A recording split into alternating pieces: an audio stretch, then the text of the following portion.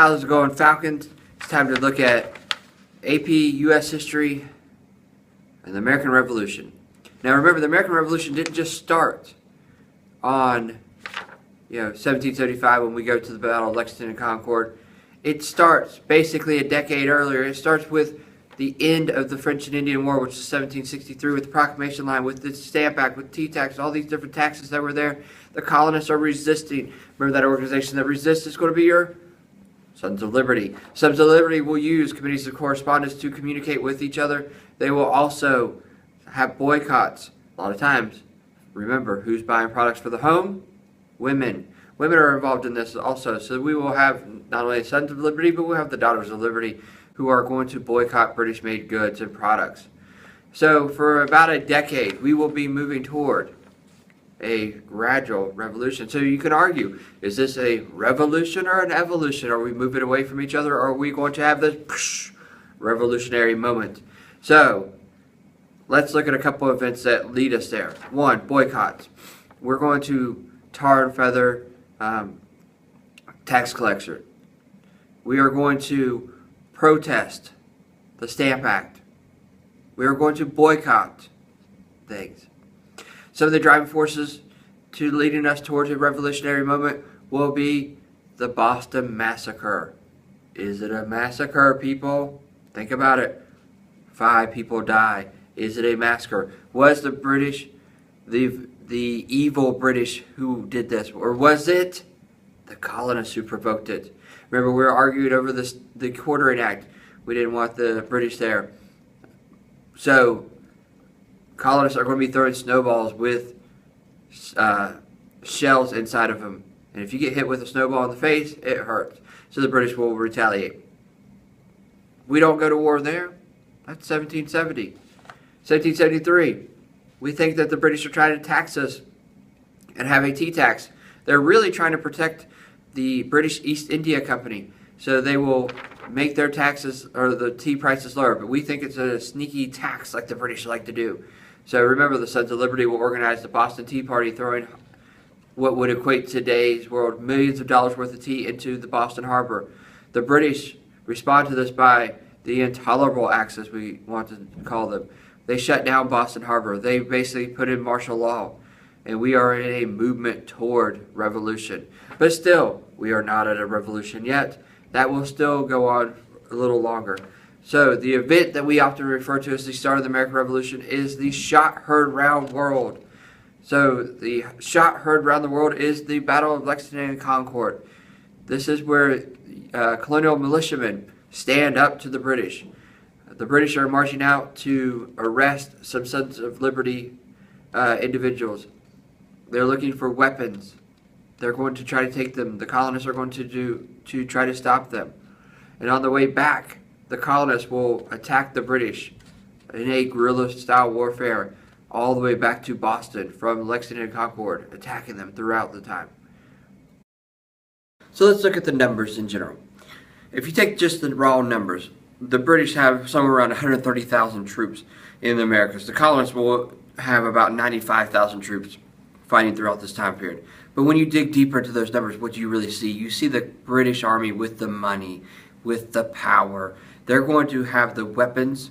They're going to have the manpower. They're going to hire Hessian troops from Germany.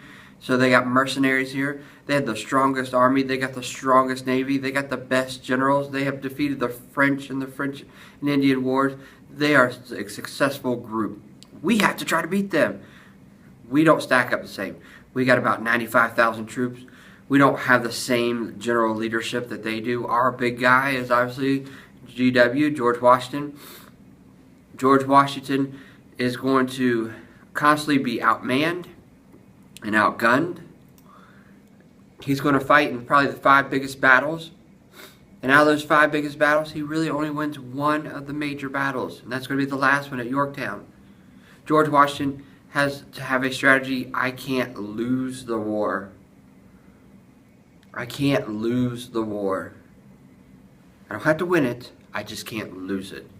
So that's what his strategy will be. So let's look at a few battles here. So the battles we need to talk about. First off, Battle of Breeds Hill or Bunker Hill. We have 2 names on that one. But basically, the colonists have a hold of the hill, and they're able to defend and fend off the British through countless waves of attacks, to where that they really inflicted some damage on the British. But we run out of supplies and we run out of ammunition, so we're unable to kind of keep up the fight. And so the British will actually win the Battle of Bunker's Hill. Next year is 1776. This is the year that Thomas Paine will write and publish Common Sense. This is the year that we will have our breakup letter to the British, which is the Declaration of Independence. This is also the year that Washington must get a victory. The colonists, remember, not all colonists are patriots. We have about 20% of our colonists who are loyalists. We have some who are neutral, who don't really have a side. They don't have a dog in the fight. They don't feel like they're going to have an advantage. But Washington has to have a victory. So Washington's victory will come at... Washington will sneak up on the Hessians in December around Christmas time. And he will cross the Delaware, catching the Hessian troops off guard, catching them after a long night of celebration for the Christmas holidays, and gets a victory. Now, in some regards, this is not really a big victory at Trenton and Princeton, but to the colonists, this was a much-needed victory. This convinced many Americans to continue to join the cause. There he goes again, Mr. Hero, standing up in the boat, looking all heroic. Hey, George, why don't you help us all out? Row the boat. Here is the low point for the colonists. Washington and his troops will camp at Valley Forge. Here at Valley Forge, about 11,000 men are going to encamp, and due to the harsh winter conditions and lack of resources, out of those 11,000, about 2,000 of them will die from various diseases and even freezing to death. So we will come out of that actually stronger, though. We will come out trained. We're going to get some Prussians who will help train us. We're also going to get the help of Marquis de Lafayette, who is a French young man who is coming over to help him fight in the idealistic war that he wanted to see. And we're going to come out here better trained and more of a continental style army than just the guerrilla warfare that we had picked up from the French and Indian War. So the turning point of the war is going to be the Battle of Saratoga. This will be the first time that the Americans are able to actually defeat the British. We are going to have, after that, French help. This will convince the French that this is a winnable war.